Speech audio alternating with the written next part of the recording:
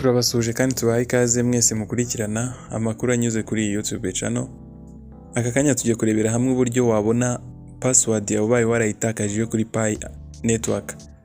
Hari ubwo ushobora kujya ku mining ugasanga password warayibagiwe cyangwa se wari wakuyemo application ukongera ugakenera kuyishyiramo. Bazaguha uburyo bubiri bwo kwinjira muri application. Icyambere ari cyo gukora login ukoresheje Facebook cyangwa se ukoresheje phone number.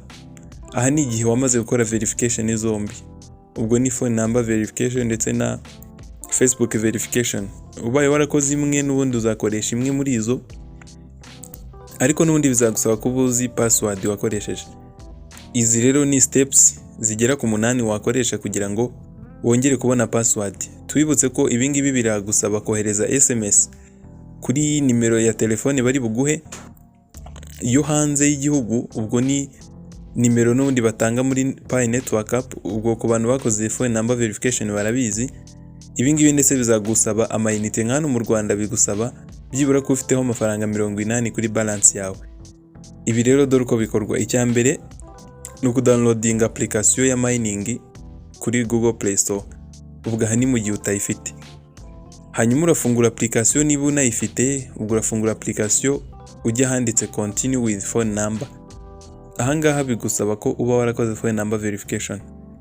Nuhitamo continue with phone number, urahitamo igihugu cyawe.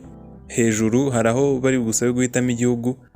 Hanyuma ushyiremo nimero ya telefone wakoresheje ukora phone number verification. Wemeze. Numara kwemeza barahita ugeraho bagusaba password. Munsi hari ahantu habanditse forgotten password mu magambo y'ubururu.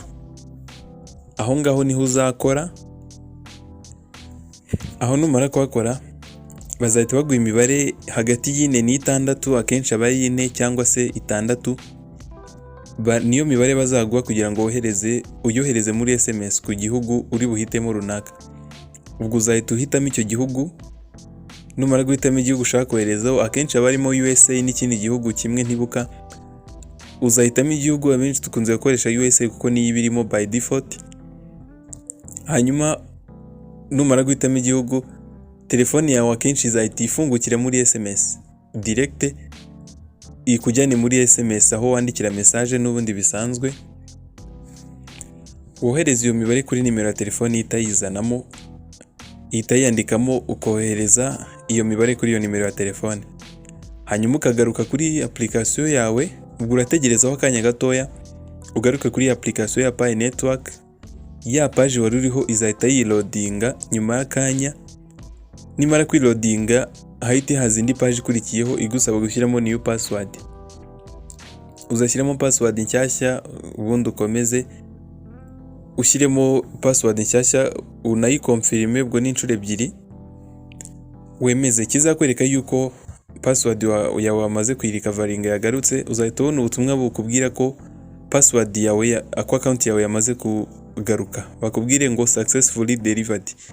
Izi nizo nzira wakoresha ubaye waribagiwe password yawe kugira ngo wongere uyibone. Ibi ngibi ugomba kubikorana ubwitonzi, ukamakinga sure ko ushyiremo nimero ya telefone koko wakoresheje muri phone number verification.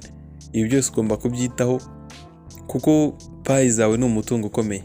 Turabashimiye mwese mwabanye rero. Kora subscribe niba utari wayikora, ndetse no gusharinga abandi nabyo ntacyo bitwaye, ni byiza kugira ngo bose dukomeze gusangira amakuru. Mwari muri kumwe na Robert rero muri Star Technology, naho ubutaha mu bindi biganiro.